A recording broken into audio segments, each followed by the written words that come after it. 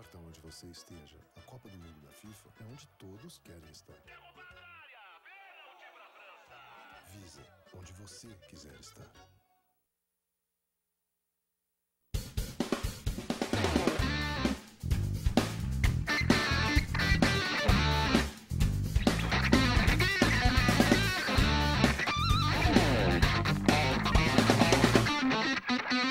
Olá, um abraço para você, eu sou o Nelson Júnior e nós estamos começando mais um encontro esportivo, que nesta semana eu recebo o Bruno Pivetti, que é auxiliar técnico do Audax. Olá, Nelson, grande boa noite. profissional de futebol, que eu tenho muita honra em recebê-lo. Tudo bem com você? Tudo bom, Nelson. Muito obrigado pelo convite. Já de antemão, gostaria de oferecer para você um exemplar do meu livro publicado em 2012. Muito obrigado. Vamos aqui mostrar na nossa câmera aberta, que é sobre a periodização tática e é o principal assunto do programa de hoje, na minha aqui tá melhor, para a gente falar um pouquinho sobre o trabalho desse profissional jovem, 30 anos de idade.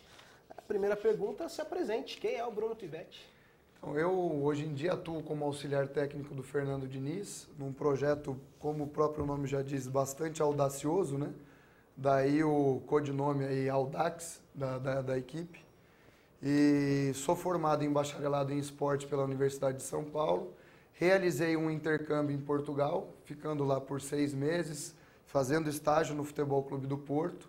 E a partir desse estágio eu tive contato com essa metodologia de treino portuguesa, que tem como seu principal expoente o José Mourinho, o André Vilas-Boas, enfim, os treinadores portugueses que vêm ganhando destaque aí no cenário futebolístico internacional.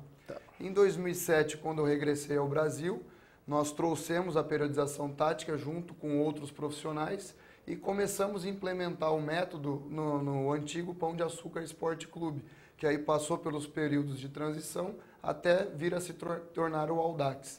Então, posso dizer que essa metodologia teve uma influência muito forte sobre os nossos métodos de treinamento para poder fazer com que as nossas equipes apresentem o jogo que todos os telespectadores estão acostumados a assistir aqui na TV. E o que foi o que mais me motivou a trazê-lo? Saber um pouquinho da origem, né, desse futebol do Audax que apresenta, brilha aos nossos olhos, né? No momento que está em evidência isso, né? O futebol brasileiro tem que se modernizar.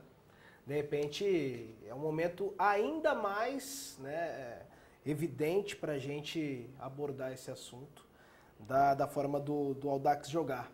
Mas antes de você contar um pouquinho mais dessa origem, eu queria que você explicasse um pouquinho mais sobre o que é, de fato, a periodização tática. Então, a periodização tática nada mais é que uma metodologia de treinamento, né? No fundo, é uma periodização de ideias. Todo treinador tem a sua ideia de jogo. Eu tenho a minha, o Fernando Diniz tem a dele, o Max Sandro, que é o treinador do Sub-20, tem a dele. Só que nesses 3 modelos de jogo, tem alguns princípios de jogo em comum, né? Que é a questão da circulação da posse da bola, que é a questão da pressão imediata ao portador da bola em resposta à perda da bola, a reação instantânea. Então, todos esses pressupostos compõem o modelo de jogo do Audax, né? E a periodização tática nada mais é que uma ferramenta para levar essas ideias a campo. Então, fazer uma ideia inicial aparecer em forma de realidade e em formato de jogo, num padrão de jogo, né? E aí nós temos aí uma organização semanal de treinamento, tendo em vista o que foi um jogo e o que vai ser o próximo. Esse período, esse ciclo é organizado e tem diferentes exercícios que contribuem para que esse modelo de jogo apareça no jogo formal propriamente dito. Perfeito. Isso foi criado, explica um pouquinho mais. Você fez o curso em Portugal, não é isso? Isso. Um pouquinho mais da origem, agora que a gente sabe o que é a periodização tática. O criador da periodização tática atende pelo nome de Vitor Frade. Ele foi preparador físico e treinador adjunto, lá nós chamamos o auxiliar técnico de treinador adjunto em Portugal. E o Vitor Frade foi adjunto muitos e muitos anos no Futebol Clube do Porto e, paralelamente às suas funções no clube de futebol, foi também um catedrático da Faculdade de Desporto da Universidade do Porto. Então ele conseguiu atrelar muito as questões teóricas que o indagava no campo. Então todas as perguntas que ele tinha advindos da prática, ele começou a estudar na universidade e criou essa metodologia. Essa metodologia vem sendo desenvolvida há 30 anos, né? E aí ela ganhou mais destaque no período em que o Vitor Frade trabalhou com o José Mourinho no Futebol Clube do Porto. Que era a minha pergunta. Ambos, se ele foi auxiliar ou sim, adjunto do Mourinho. Ambos eram adjuntos do Bob Robson, que foi um treinador inglês que passou pelo Porto. E nessa estada na mesma comissão técnica, o Vitor Frade passou toda a metodologia para o Mourinho. E aí, mais tarde, o Bob Robson foi a Barcelona, levou consigo o Mourinho, o Vitor Frade continuou no Porto, porque ele tinha as atribuições na faculdade, então ele preferiu continuar no Futebol Clube do Porto e exercendo as suas funções de professor universitário, e o Mourinho foi para Barcelona. Trabalhou um período lá com o Bob Robson, com o Van Gaal, até se tornar o treinador que todos nós conhecemos. Começou no União de Leiria, teve bastante êxito, foi para o Porto, foi para o Chelsea, foi para a Internacional de Milão, Real Madrid e agora está no Chelsea novamente. Por esse motivo, principalmente pelo José Mourinho, que a metodologia da periodização tática ganhou tanto destaque no cenário futebolístico internacional. Perfeito. E eu imagino, você me corrija se eu estiver errado, que por ele ser esse treinador adjunto, né, esse auxiliar, ele conseguiu, além de estar próximo, de conseguir reunir as características dos profissionais que você citou, né, ver também algo de fora, né? Porque acho que o treinador ele está muito mais envolvido do que o auxiliar. Exatamente. Muitas vezes ele está ali olhando, vendo alguma coisa de diferente que possa acontecer, não é isso? E poder criar, porque foi uma criação, né? O que ele fez não é nada, pelo menos eu acho, cópia de alguma coisa. Pode ter né, conseguido algumas coisas, né? Se inspirado em alguma coisa, mas ele criou, ele foi criativo, ele não foi copiativo. Exatamente. Assim, nós que somos oriundos das universidades, né? Eu nunca fui jogador profissional, aliás, não cheguei nem próximo disso. E o futebol me agradece até hoje, porque se eu fosse jogador profissional, o futebol estaria mais triste, porque eu nunca tive aptidões com os pés. O meu esporte sempre foi as lutas, né? Eu pratico jiu-jitsu há 12 anos, sou faixa preta de jiu-jitsu, pratiquei capoeira. Falou pra Isso, eu pratico ainda. Só não compito mais por conta das atribuições que o futebol exige, né? Mas assim, como nós não fomos jogadores de futebol, nós temos uma margem de erro muito mais justa, muito mais estreita. Então a gente não pode errar. Porque senão, mas esse cara que nunca chutou uma bola, mas sempre vem a Não, e você acha que é só você, né? Comentarista, exatamente. Narrador, é a mesma coisa. É a mesma coisa. Né? Tanto é que agora você ouve... A Globo só tinha comentarista jogador. Jogador, né? E eu tive que ouvir o Juninho Pernambucano dizer que o Di Maria fez mais falta para a Argentina do que o Neymar para o Brasil. Aí não dá, né? Exatamente. Mas eles são jogadores, eles podem, eu não posso. Então, assim, o meu objetivo é ser treinador principal. Mas para ser treinador principal, eu preciso me preparar muito. Tanto assim da parte de campo, como também o aspecto de liderança, o aspecto da gestão grupal. Né? E para quando ter a oportunidade, eu estar bem respaldado. Hoje eu me sinto já preparado e apto. Mas enquanto adjunto, enquanto auxiliar do Fernando Diniz, eu faço de tudo para facilitar ao máximo o trabalho dele. E, consequentemente, eu aprendo diariamente com um indivíduo que é apegado aos estudos e foi também um excelente jogador. Então, eu acho que o Fernando Diniz é o melhor dos mundos. Por quê? Ele foi um jogador de destaque, perdurou aí por mais de 10 anos em equipes de ponta no cenário futebolístico brasileiro, e conseguiu atrelar isso a uma faculdade, por exemplo, a faculdade de psicologia. Perfeito. É um profissional muito apegado na questão teórica, né? Estudou os principais filósofos para poder criar a metodologia própria de treinamento dele. Então, no dia a dia, tanto eu enquanto comissão técnica, os demais membros da comissão técnica e os jogadores aprendemos demais com ele no dia a dia. E aí a gente vai se preparando para um futuro aí, quem sabe, bastante promissor. Você sabe que eu entrevistei o Diniz, ele foi o meu primeiro convidado a sentar nessa cadeira. E ele fala isso, né, que ele foi um jogador feliz, né, jogou pelos principais clubes, né, jogou por todos os grandes, mas como treinador ele se descobriu. E eu acho que o principal ponto que você destacou é esse ponto, que ele não parou, ele não foi arrogante e fala, não, eu já sei de bola. Não vem aqui não, né? Aqui eu mando, aqui não preciso de nenhum tipo de influência, de estudos, né? Ele conseguiu aliar isso. E quando às vezes a gente é exagerado, e eu admito ser exagerado quando eu falo do Fernando Diniz, por causa que a gente vê esse tipo de coisa. Exato. que quem vive o dia a dia, e eu não vivo tanto, hein? Você não me vê tanto lá, mas eu acompanho, Sim. narro todos os jogos do Audax, né? Vamos pegar o Audax, vamos ficar confuso aqui. E a gente vê que o cara é diferente, né? Agora conhecendo o seu trabalho, conhecendo a história, que a gente vai discutir tanto. Então a gente pode adiantar, eu acho que você com mais propriedade do que eu, que vai ser, já é para nós, mas vai ser um técnico de ponta, que em pouco tempo vai estar no cenário nacional do futebol brasileiro. Sim, eu me preparo diariamente para isso, né? E é o que eu venho falando. Quando a oportunidade surgir, eu tenho que estar muito bem preparado, porque enquanto um indivíduo que não jogou futebol, que não se profissionalizou no futebol, eu sou muito vidraça. Então tem que se preparar bem. E aí eu me inspiro muito na questão do José Mourinho, que também não foi treinador profissional. O José Pekerman não foi jogador de futebol profissional. Aliás, errei, né? O Mourinho não foi jogador, o Pekerman não foi jogador. E tem outros tantos aí que têm destaque no cenário e não foram jogadores. Então eu não vejo muito o fato de você não ter praticado ou não ter sido um atleta de futebol. Vai influenciar. Vai influenciar de você ser um fala, bom treinador. O Diniz fala, e até quero que você também coloque a sua opinião sobre o que você acredita do Diniz no futuro do futebol. Né? Ele fala que se identifica com o Mourinho por outro aspecto que a gente vê muito particular no Diniz, que é o emocional, né? Sim. A lida com os jogadores, o aspecto de grupo. E ele também tem isso, né? O José Mourinho traz isso também como... Demais, são duas personalidades assim que visam, pelo aspecto emocional e em termos de motivação, extrair o máximo que o jogador pode oferecer em termos de desempenho, não só individual, mas também para a equipe.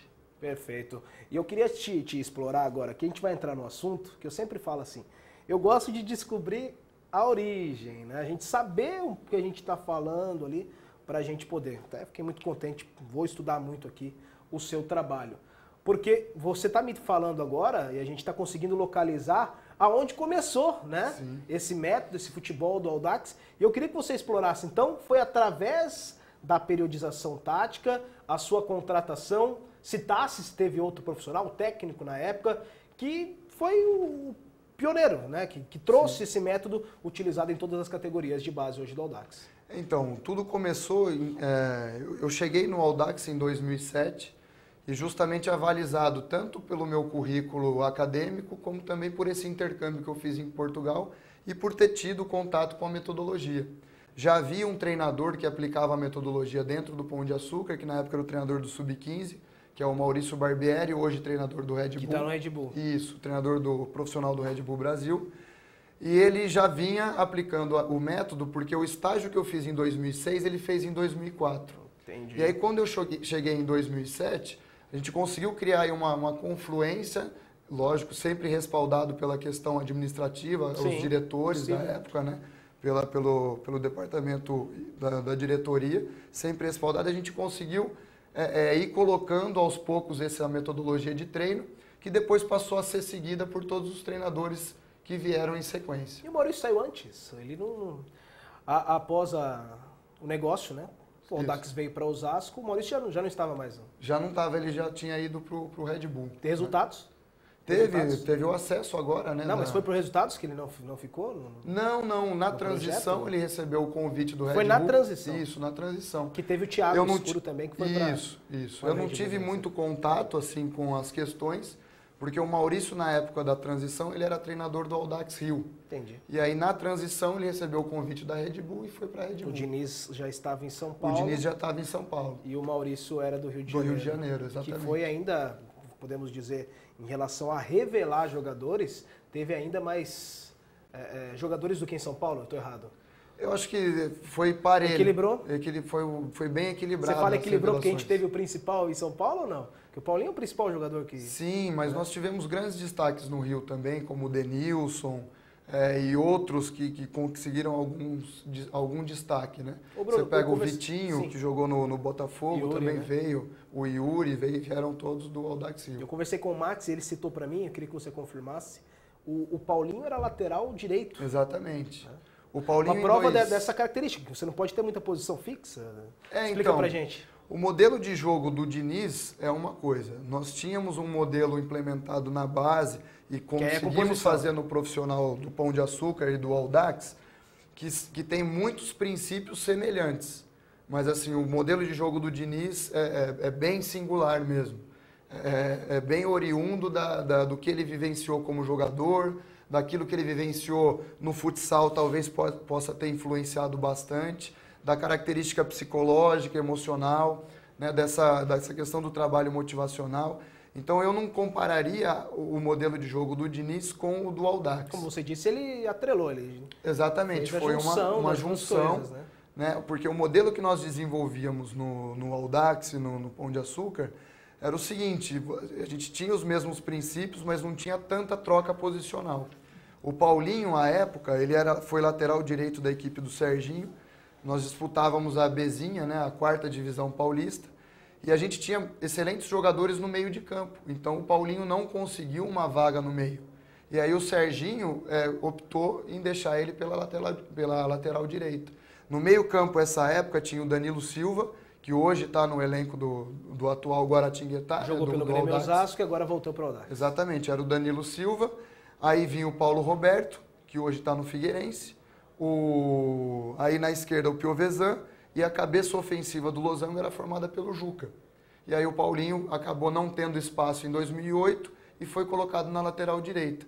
Em 2009, com a saída do Piovesan e com a reformulação do elenco, o Paulinho já disputou a Série A3 como meia pelo lado direito, né? Como um segundo volante, vamos dizer assim. E que destaque, né? E teve um destaque muito absurdo. Orgulho, né, de você ter começado com isso, né? Exatamente. Ver ele na seleção brasileira. É um destaque e é bem assim, é um reconhecimento muito forte pelo trabalho de todos, né? De todos. Porque aí em 2009 nós subimos da A3 para a Série A2. Sim. Ele foi um dos destaques do time. E aí foi de empréstimo para o Bragantino e posteriormente ao Bragantino foi até o Corinthians. E aí todo mundo já sabe a história. Sabe.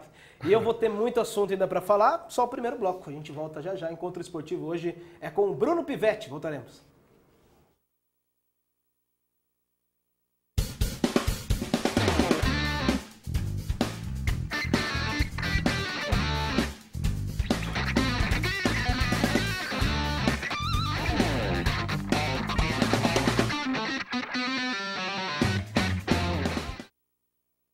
Hoje eu vou ensinar para você como fazer um sanduíche de presunto que fica uma delícia. É assim, você corta o pão, coloca o presunto Seara, aí fecha o pão e pronto. Você pode até pensar, é igual ao meu, mas não é. Você já usou o presunto Seara? Então experimente, é leve, saboroso, cozido no vapor e o seu sanduíche vai ficar como nenhum outro. Ou melhor, igualzinho a esse aqui. Experimente o presunto Seara, a qualidade vai te surpreender.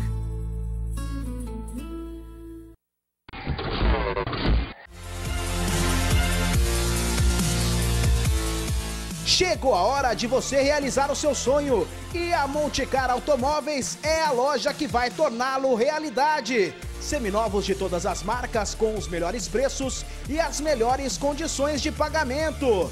A Montecar Automóveis tem 20 anos de tradição e agora está mais perto de você. Avenida Antônio C. Costa, 567 em Osasco. Telefone 3609-9213. Montecar Veículos. Credibilidade para você realizar o seu sonho.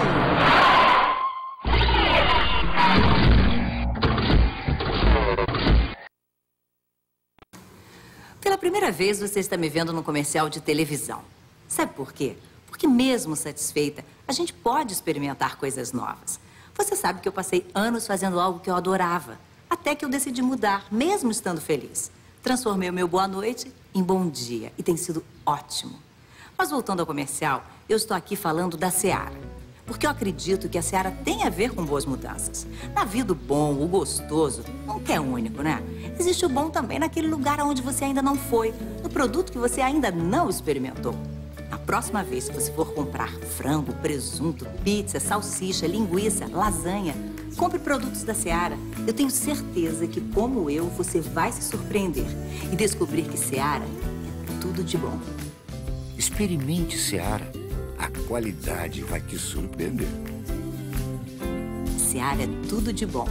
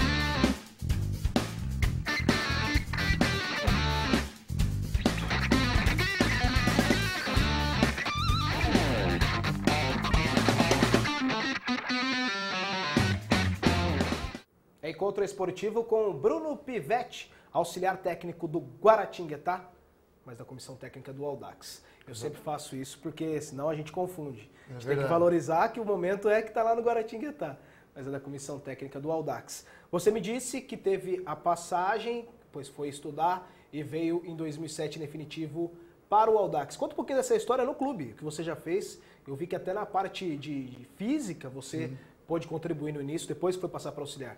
Então, o meu objetivo sempre foi a área técnica, né? Mas aí para entrar no meio do futebol, eu utilizei muito dos meus conhecimentos da periodização tradicional, que é a periodização mais física.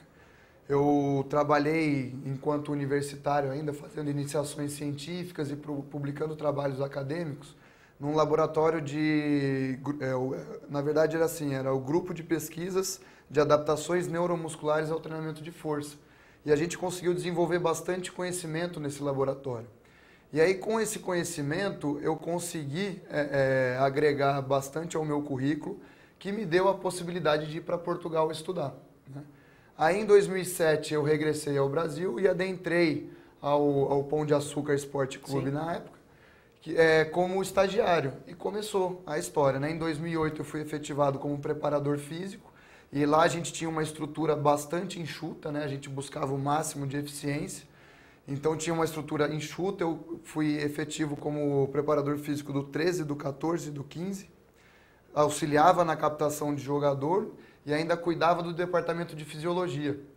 Aí em 2009 e 2010 eu fiquei na categoria juniores, aí já como preparador físico e auxiliar técnico, fazendo as duas funções, e ainda cuidando do departamento de fisiologia. E aí em 2011 subi para o profissional como preparador físico, auxiliava nas questões técnicas e táticas já, mas não de uma maneira oficial. Em 2012, com a chegada do Antônio Carlos Zago, continuei como preparador físico, mas também já comecei a editar os vídeos para ele, de análise tanto da nossa equipe, como também o estudo dos adversários, né? A detecção de padrões. E com a chegada do Fernando Diniz em 2013, eu fui promovido exclusivamente auxiliar técnico. O clube que te promoveu, algum dos treinadores chegou e falou não. Foi o clube que me promoveu. Já na época do Antônio Carlos, tinha-se já um flerte com a minha promoção para auxiliar técnico. Com a chegada do Fernando, o Antônio Carlos saiu, foi para Roma ser auxiliar técnico do SDN Exema, e aí com a chegada do Fernando, eu já comecei a fazer a função exclusiva de auxiliar técnico. E aí foi composta a comissão que perdura até os dias atuais, tendo o Fernando como treinador principal, eu como auxiliar, o Wagner Bertelli como preparador físico, e o Mário Comia como auxiliar da preparação física e o Marcelo Carpes como treinador de goleiro. Muito legal. E foi realmente um belo casamento, né? Vocês se combinam muito e a gente sempre vê o Diniz elogiando muito esse trabalho. Agora eu queria que você apontasse esses profissionais que você já trabalhou, né? Como é que foi trabalhar com o Antônio Carlos Zago? Teve também na gestão, né, o Thiago Escuro, que a gente estava citando, o Brunoro. Como que funcionava o aspecto de gestão, antes mesmo dessa parceria vinda aqui para Osasco com o comando do senhor Mário Teixeira? Então, eu sempre tive muita sorte em trabalhar com profissionais de altíssimo gabarito. Então, você citou aí o Brunoro e o Thiago na questão gerencial. Foram dois grandes administradores e em termos também de marketing que eu tive contato. São verdadeiros líderes que auxiliavam demais o processo por conta dessa alta capacidade administrativa que eles disponibilizavam. O Fernando Soleiro também foi presidente lá do Pão de Açúcar, também dava um suporte muito bom na área de recursos humanos, na área da gestão mais macro do projeto. E aí, em relação aos treinadores, eu trabalhei com diversos treinadores, principalmente no âmbito profissional, que me auxiliaram demais, principalmente na confecção e construção do meu próprio modelo de jogo. Então eu sofri influências do Serginho, que também trabalhou no Osasco, né, o ano passado, sofri influências do Antônio Carlos e do Fernando Diniz. E um aspecto que me fez evoluir demais nessas três figuras foi que os três foram jogadores de alto nível. Sim. Então, ainda mais o Antônio Carlos e o Fernando Diniz puderam passar as suas experiências, as experiências que eles tiveram em clube grande, coisa que eu não vou poder ter nunca na minha vida por não ter sido um jogador. Sim. Então, como eu não tive a oportunidade de ser um jogador de futebol, é por meio dessas pessoas que eu vou sugando o conhecimento prático para poder agir da melhor maneira possível e aproximar o máximo possível o time da vitória. Esse é o meu trabalho, auxiliar a equipe ganhar e auxiliar o trabalho principalmente do treinador. É verdade. A gente tem algumas imagens aí do Bruno fazendo o seu trabalho. Foi gravado hoje, né? Isso. Você que está no programa gravado aqui no Encontro Esportivo. Agora integrando esse time do Guaratinguetá na Série C do Brasileiro. Mas como a gente está vendo aí a comissão técnica do Audax com o Bruno. E você citou com o Antônio Carlos Zago, você citou a presença agora do Fernando Diniz. O que você responderia, como também um dos caras que foram pioneiros no sistema do Audax, quando chega alguém de uma repercussão nacional, um comentarista? Eu vou dar um exemplo, fica mais fácil. Sim. Eu estava no jogo aqui em Osasco contra o Penapolense. Tá. Uma fase estava maravilhosa no Campeonato Paulista do Osasco Audax. E aí o Miller, que jogou futebol, chegou para mim, aquela história, jogador que acha que está acima de Deus e o mundo na bola. Né? Inventou, tem um trechinho ali dele na Bíblia, parece. E ele chegou assim para mim e falou, pô, acho que esse negócio de posse de bola no campo de defesa é uma bobagem, isso tem que ser no campo de ataque. Pô, o que adianta ter no campo de defesa? Você nunca vai sair do seu campo de defesa, isso aí você só acaba dando ao adversário mais possibilidades. Qual que é a resposta do Bruno Pivetti a esse tipo de comentário que fala que não é efetivo o jogo do Audax? Então, Nelson, na verdade, para entender o que a gente faz, as pessoas precisam acompanhar a semana. Então, a gente não tem um fim na posse de bola. A posse de bola significa você ter o controle de jogo e conseguir achar espaços na sua defesa adversária para você infiltrar e ir ganhando o campo. Então, o que a gente faz com a posse de bola na linha da defesa é justamente atrair os adversários para a gente poder progredir a nossa equipe em direção à meta oposta. Então, a posse de bola não termina nela própria, né? Não é o jogo, o objetivo do jogo é a conquista do gol. Mas, para isso, nós temos que ter o mínimo de controle. Porque quem tem a posse de bola não é atacado. Né? Pelo contrário, quem tem a posse de bola é quem ataca. Perfeito. E não ao contrário. Então, assim, esse tipo de comentário nós não levamos muito em consideração porque se trata de pessoas que não acompanham a nossa semana, o nosso dia a dia. São pessoas que vão lá e pura e simplesmente veem assistem o jogo, né? E acham que aquilo é a verdade mais que absoluta. Você quer ver um outro exemplo? Só te interrompendo mesmo, na cara dura. Contra o São Paulo as coisas deram errado. Sim. Perdemos, virei torcedor, né? E virei mesmo, cara, impressionante. Muito bonito e os profissionais bacanas, bons profissionais. A gente acaba sendo torcedor. Contra o São Paulo, perdemos, vou usar de novo, o Castro, né? Perdemos um jogador no primeiro tempo, desmontou totalmente o estilo de jogo, prejudicou muito o seu time. E o São Paulo venceu por 4-0, foi o momento mais criticado do Audax no Campeonato Paulista. Teve falhas individuais do nosso goleiro, que eu gosto muito, do Felipe, né? E aí foram todos os comentários. E após a partida, eu imagino que também não vem acompanhar profundamente, o Muricy elogiou, não vamos ser, né, mentirosos, ele elogiou, só que falou, isso aí é legal, da área, da grande área, pelo menos ele falou grande área, da grande área para frente. Tenta explicar, a gente vai a um caráter mais de quem entende de futebol aqui pro torcedor entender. Mas tenta explicar o porquê. É só bonito jogar com o goleiro? Ou esse trabalho de começar desde lá de trás mesmo, com o Felipe, ele é para vocês, para o jogo do Audax efetivo, produtivo, isso tem um sentido, não é só jogar bonito? Não, tem um sentido. O maior dos sentidos é conquistar vitórias e campeonatos. Aliás, vitórias e títulos. Esse é o objetivo principal. Só que assim, sempre quando você quebra uma bola, você tem uma bola longa, essa bola está em disputa. Então você não tem o controle do jogo. Apesar de você treinar a conquista da primeira ou da segunda bola, não é 100% de certeza que você vai conquistá-la e vai conseguir progredir no campo do adversário. Com toques mais curtos, você tem um controle maior do que está acontecendo no jogo. Então o objetivo é controlar o jogo e ditar as regras do jogo. Porque assim, como a gente se propõe a conduzir o jogo, O jogo curto, você tem um processo, uma precisão muito maior no passe. E aí nós temos as movimentações que permitem sempre o portador da bola ter no mínimo 3 opções de passe. E aí é por meio desses passes que nós vamos progredindo a equipe. É justamente para não colocar a bola em disputa. Agora, por exemplo, se a equipe adversária está pressionando e conseguiu esnucar, o chutão ou a bola longa não é proibido. Justamente porque quando a gente atrai a equipe lá para próximo da nossa baliza, do nosso gol, o que acontece lá na frente? Os nossos atacantes estão em mano a mano, estão em marcação individual em relação aos zagueiros adversários. Entendi. Então, qualquer bola longa, aí ela já não está mais em disputa. Aí nós temos uma probabilidade muito maior de ganhar essa bola e temos uma chance eminente de fazer o gol. Então, o objetivo é esse, é você controlar e dominar o jogo. Nesse jogo, especificamente com o São Paulo, aconteceu o seguinte,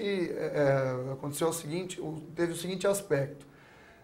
A gente controlou o jogo no primeiro tempo, até o São Paulo teve algumas oportunidades, mas assim... Que é até natural pela técnica do time, exatamente, mas pelas o jogo foi extremamente individuais. equilibrado no primeiro tempo. Exatamente. Agora, no segundo tempo, a gente perdeu um jogador. Só que não é porque nós perdemos de 4-0 um jogo que tudo que a gente construiu está errado. Exatamente. A nossa força não é externa e o nosso jogo não é para o público. O nosso jogo, muito antes, é para questão interna do grupo. É para a nossa satisfação.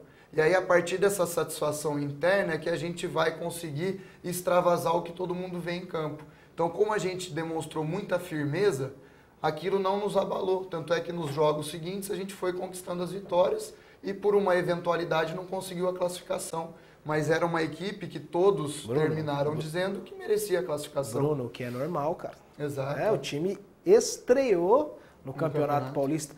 A primeira coisa que tem que se preocupar é não cair. Né? Tudo que é novo. A primeira vez que eu peguei o microfone, eu gaguejei.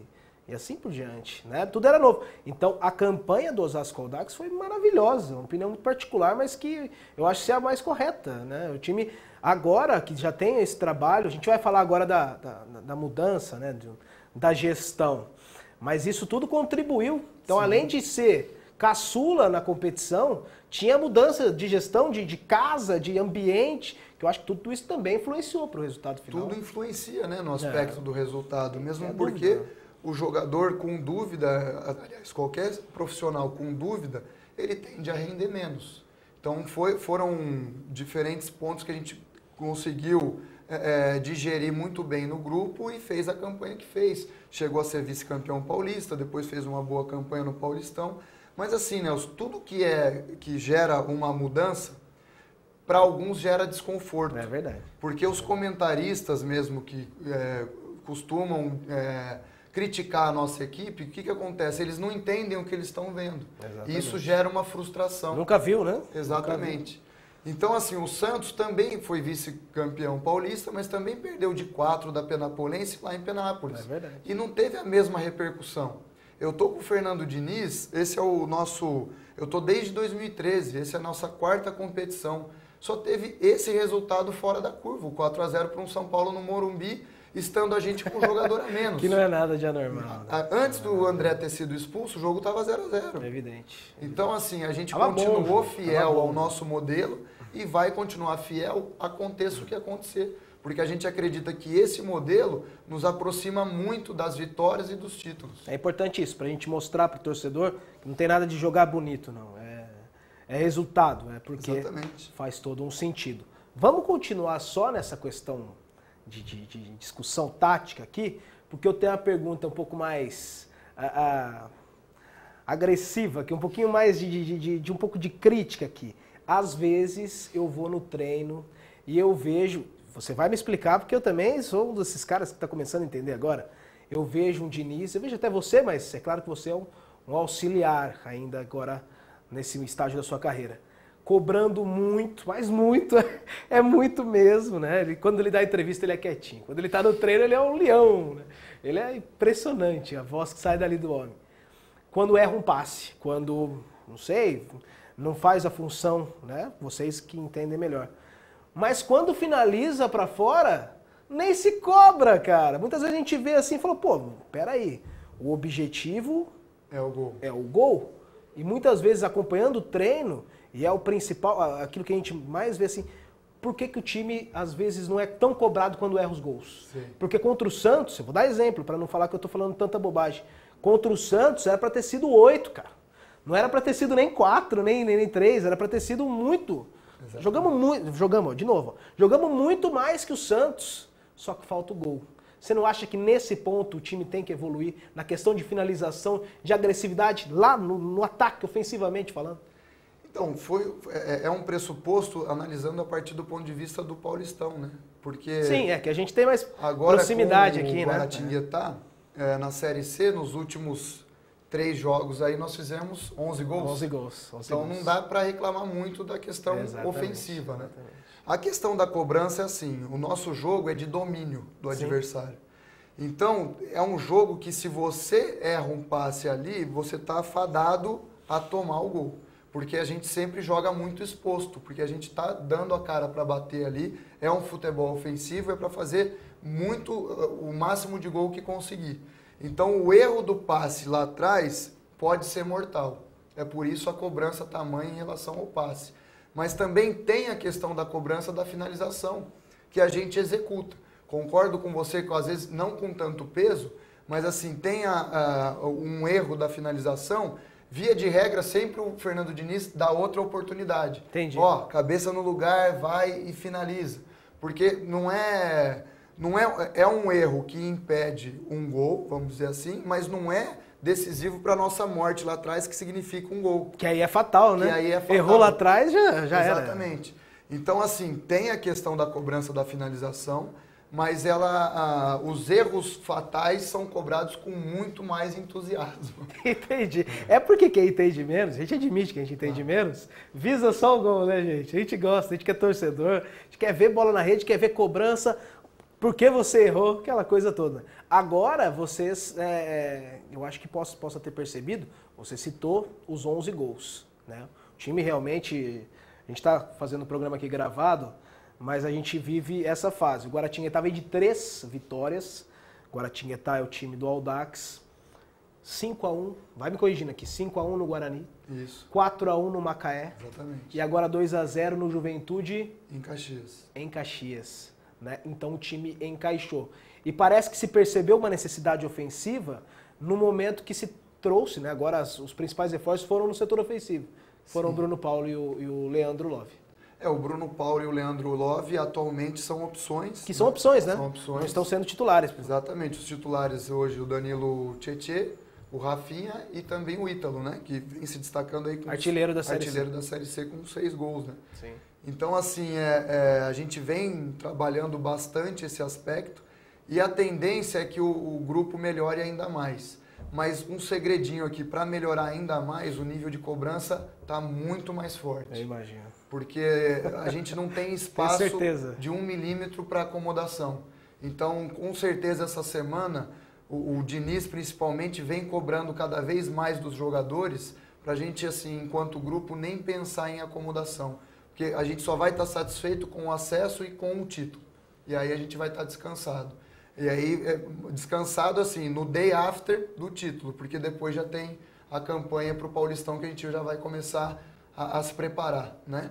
Mas o objetivo é jogo após jogo, estrangular mesmo na questão da cobrança, tanto as cobranças internas de jogador para jogador, como também da comissão para os jogadores. Porque a gente não pode acomodar, porque nós também, enquanto modelo diferente, somos vidraça. Então a gente não pode dar 1 milímetro para ninguém falar ou fazer críticas aí infundadas. Não tenho dúvida disso. Tá certo. Bruno Pivetti, nosso convidado aqui do Encontro Esportivo. O segundo bloco já foi. A gente volta em instantes para continuar falando muito de futebol, muito de tática. Tenho certeza que quem gosta de futebol tá gostando. Voltaremos. Boa.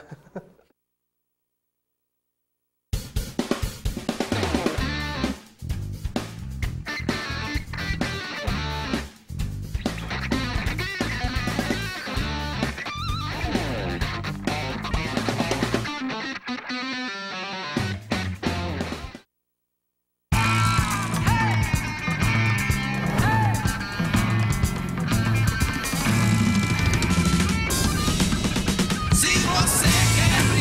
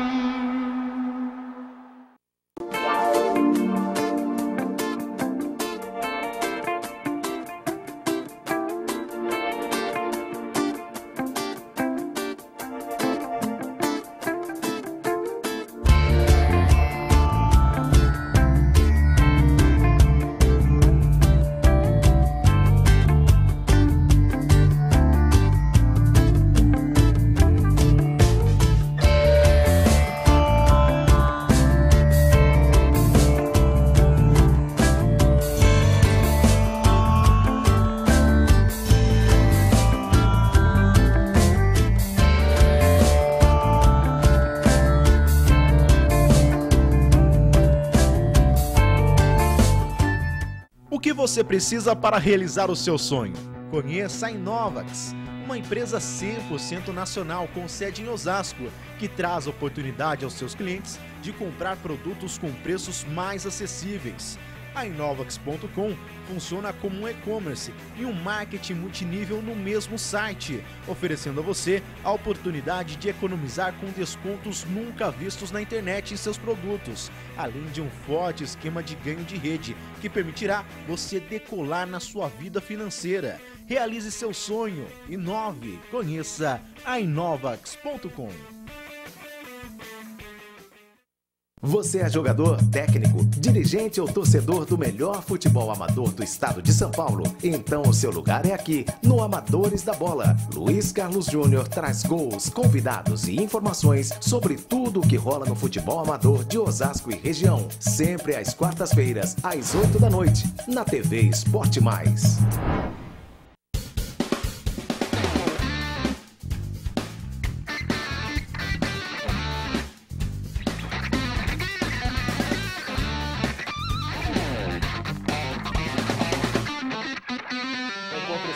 Volta para o seu terceiro e último bloco com o Bruno Pivetti. Pivetti é o quê? Italiano? É um sobrenome italiano. É, italiano. Fica bom, né? Para futebol pega. É, aqui no Brasil não é um nome muito bonito, né? Na Itália é mais comum. Não, bonito. Tem que pegar, né? Às vezes, como é que tem o... A Gabi tá acompanhando aqui, é São Paulina.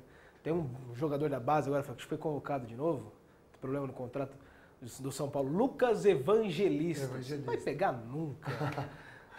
Vai pegar nunca, tem que ser mais curto. Ô Bruno, você tá do projeto do Pão de Açúcar, agora com um projeto em Osasco do Sr. Mário Teixeira.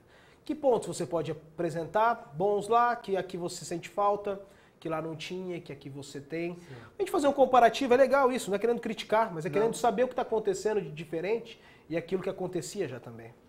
Eu estou muito feliz trabalhando atualmente no Grêmio Osasco Audax / Guaratinguetá. Principalmente pelas relações. Mais um aí? Só Audax, senão ninguém vai entender. Principalmente pelas relações humanas, né? Todos assim dispostos a ajudar, principalmente o pessoal do estádio, né? O Wagner, Altieri, o Renato e o corpo que compõe os funcionários lá do estádio nos dá um suporte incrível no cotidiano de treinamento. O Fábio na gerência, né? Então a gente tem um suporte legal. Lógico, como você falou, o processo ainda se encontra em transição. Então Sim. Tem um furinho aqui, um furinho ali, mas justamente é devido a essa fase transitória. Mas vejo com excelentes olhos, assim, com bons olhos, porque existe um potencial muito grande de crescimento. Principalmente pelo seu Mário, que se trata de um apaixonado pelo futebol. Exatamente. E isso é muito raro no futebol. E a condição, os recursos que nós temos, quase ninguém tem no futebol. E além disso, a questão da paixão. À medida que os anos vão passando e a gente vai adquirindo cada vez mais experiência, a tendência é que se torne um clube de ponta no Brasil. Tenho certeza. É por isso que a gente trabalha assim, insistentemente, efusivamente, dia após dia, para fazer desse clube um clube vencedor, para se tornar mais um local prazeroso e mais uma oportunidade boa para bons profissionais do futebol trabalharem. E aí, em relação ao Pão de Açúcar, era uma estrutura mais empresarial, muito bem organizada, que também tinha diversos pontos positivos e que também eu era bem feliz trabalhando lá em conjunto com eles. Foi lá que eu me forjei como profissional do futebol, como profissional do esporte.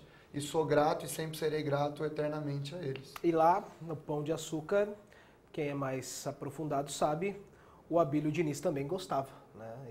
Qual que era a influência dele? Como ele era participativo, como a gente vê, o senhor Mário Teixeira foi receber vocês no aeroporto. Eu achei aquilo, além de uma humildade, um negócio tão apaixonante. Né? Era também um cara tão importante no cenário mundial e era um cara também que participava? Como que era a influência dele? Olha, eu posso te dizer assim, era uma figura muito mais distante, principalmente pelos compromissos que ele tinha como presidente do conselho do Grupo Pão de Açúcar.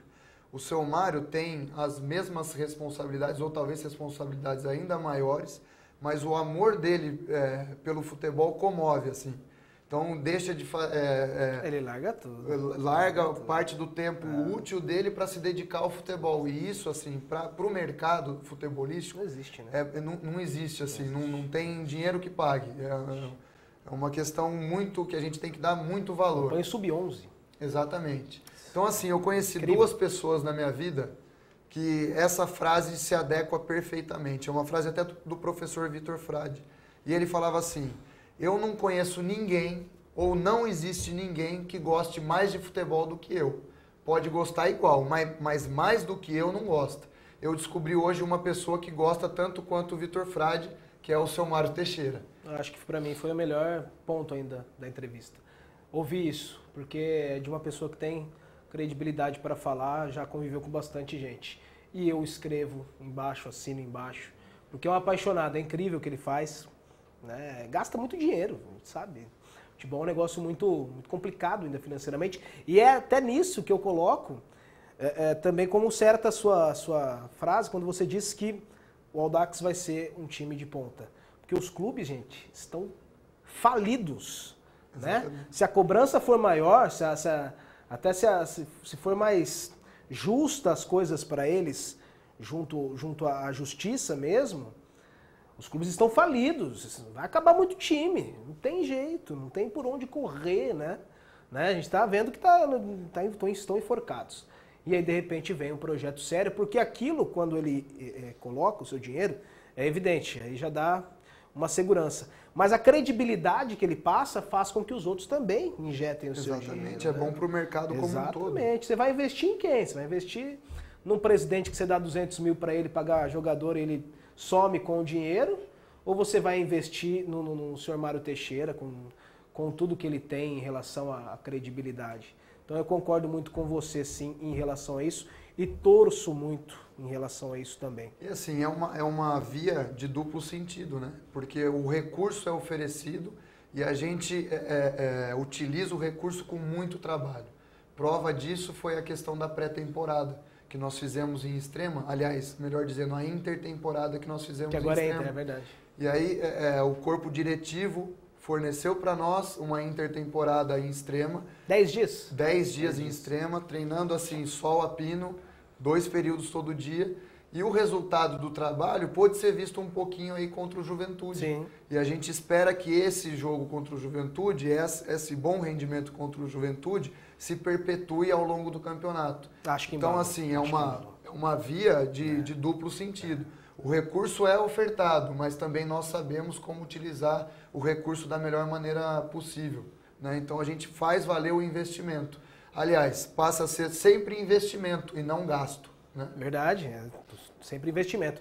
E agora, o que mais está motivando o senhor Mário Teixeira e o grupo, né, o clube, perdão, é as escolinhas de futebol que serão montadas.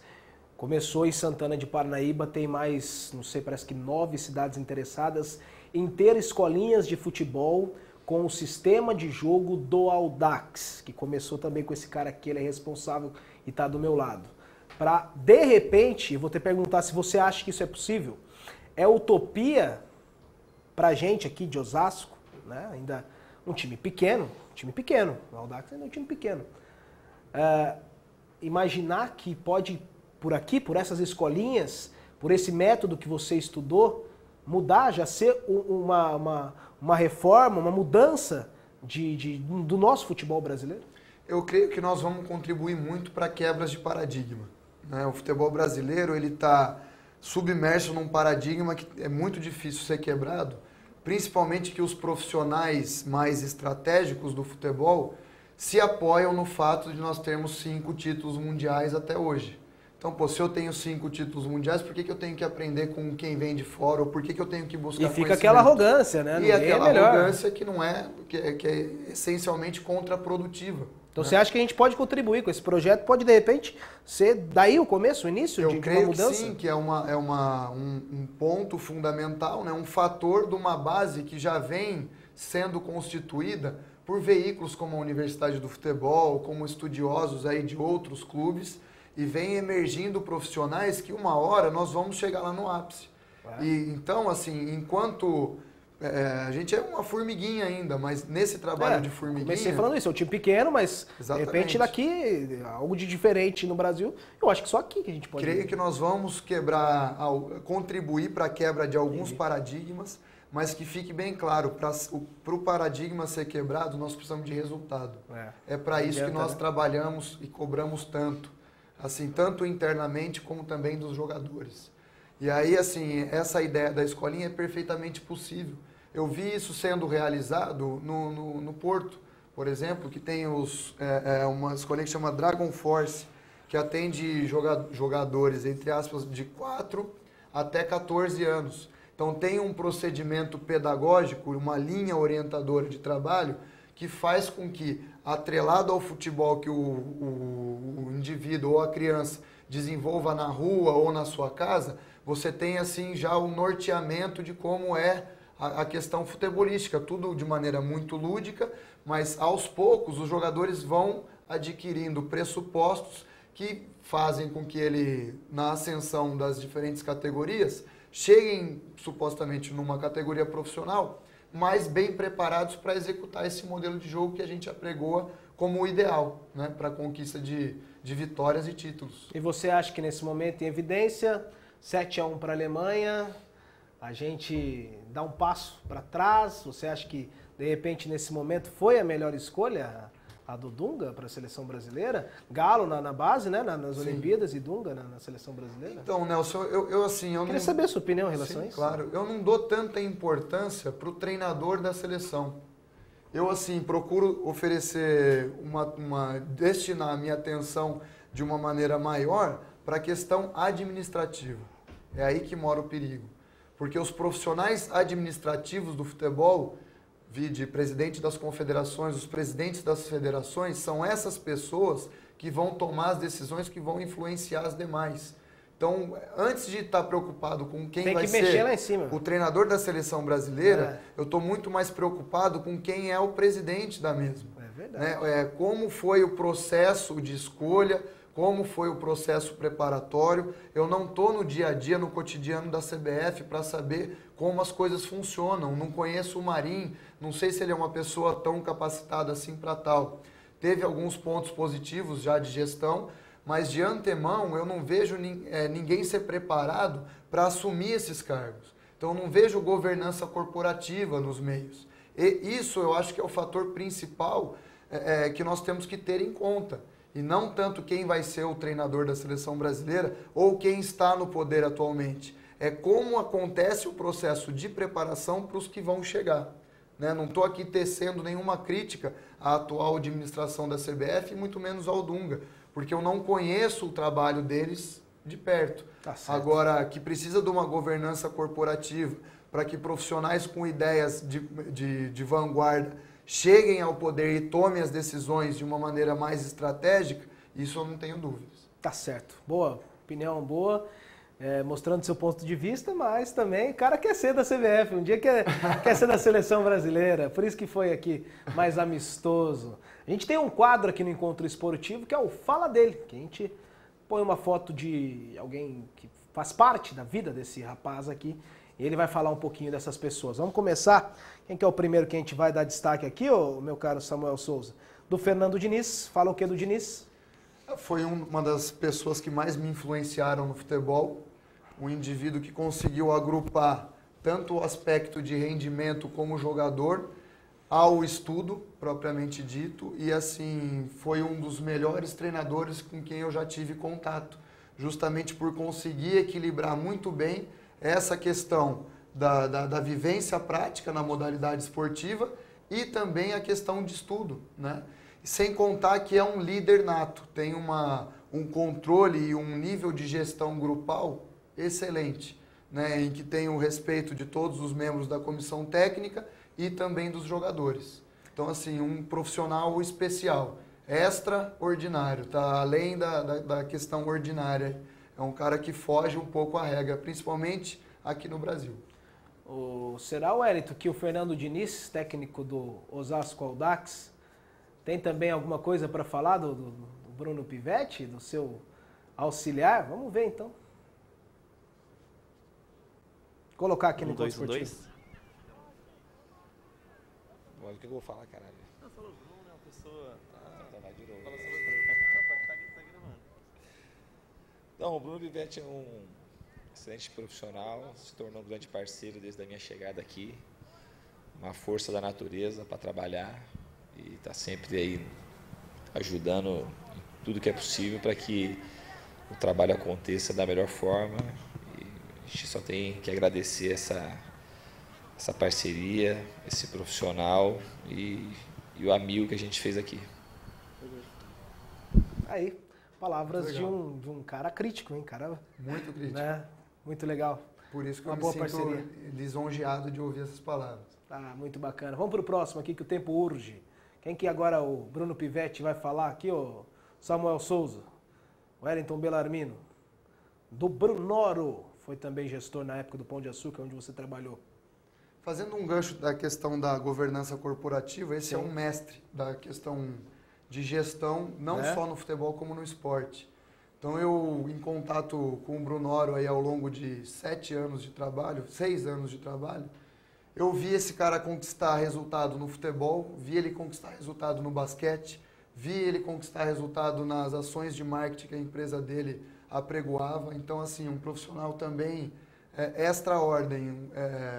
E para mim, assim, de repente, seria um dos nomes que, se eu fosse o presidente da CBF ou tivesse algum poder, elencaria o Brunoro foi aí ventilado, né? Como um gestor da CBF. Foi ventilado. Porque é um profissional bem diferente, muito capacitado. Nessa do Rinaldi, foi ventilado. Eu também acho que poderia ser melhor, né? Vamos ver, pro próximo. O que você tem para falar do... Esse é o Vitor Frade. Esse é o Vitor Frade. É a personalidade que mais me influenciou no futebol, que mais me ajudou. Né? Quando eu escrevi o livro, eu não me senti à vontade de publicar sem a anuência do Vitor Frade. E ele tem um aspecto muito curioso, que ele não mexe com o computador, então ele é avesso à informática. Verdade. Isso faz parte também da genialidade dele. Então, para poder obter o seu aval, eu imprimi um calhamaço de 400 páginas, viajei até Portugal e entreguei para ele pessoalmente. Caramba. E o convidei também para escrever o prefácio do livro. Entendi. E ele não tinha nada publicado sobre a periodização tática. Então, o prefácio que vai no meu livro, escrito e assinado por ele, é um dos poucos aí, legados que ele deixou publicado. Então, assim, eu tenho uma relação de amizade, converso com ele semanalmente. Portugal, ele mora? Ele mora em Portugal, no Porto. E a gente está sempre trocando ideias, ainda mais nessa etapa aí de Copa do Mundo. Conversava com ele quase que diariamente, que é sempre um prazer e muito, assim, enriquecedor qualquer conversa com o Frade. E qualquer conversa com ele, obviamente, sempre a temática principal é o futebol. Não tenha dúvida disso. Ah lá, grande livro. Está na minha mão aqui, né? Periodização tática, Bruno Pivetti. Também vai ser autografado, viu, gente? Tô esperando aqui. Vamos para o próximo, para a gente ganhar tempo aqui. O Pep Guardiola. Sim, com toda certeza, em termos de modelo de jogo, é aquele que mais me enche os olhos nos dias atuais. Então, assim, não vi o Santos do Pelé jogando, não vi a Holanda de 74, por uma questão de idade.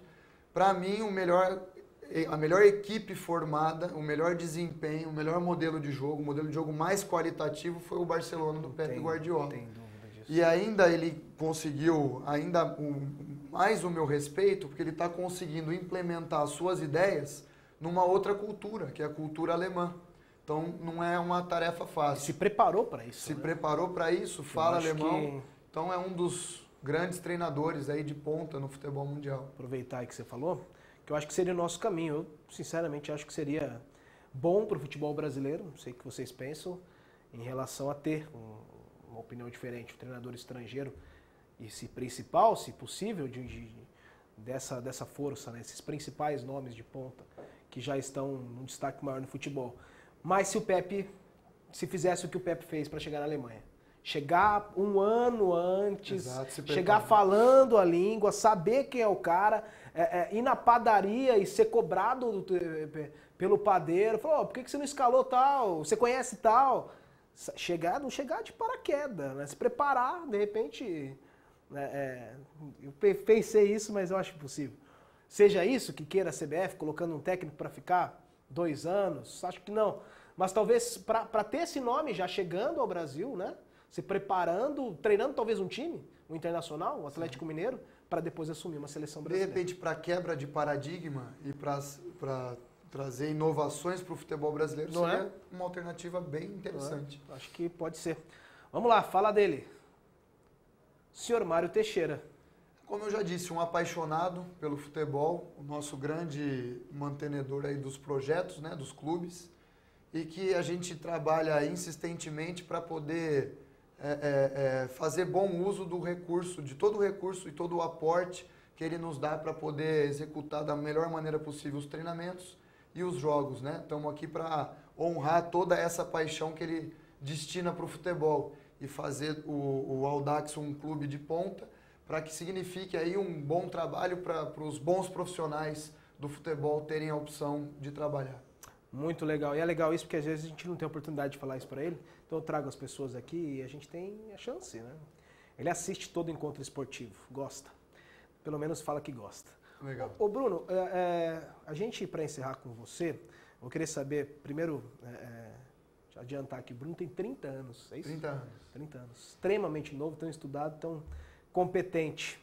Queria saber do seu futuro, o que você pensa, porque na suspensão do Fernando Diniz, você foi o treinador do time. Sim. Né? E foi muito bem. Você pensa nisso mesmo, é ser um treinador, especializou para isso. Não quer ajudar só nos bastidores, quer ser a figura principal na comissão técnica. Sim, eu venho estudando e me preparando para isso, né? Hoje eu estou extremamente satisfeito, porque trabalho com um treinador que me fornece muito conhecimento, né? Tanto observando a sua condução no grupo, tem um modelo de jogo absolutamente,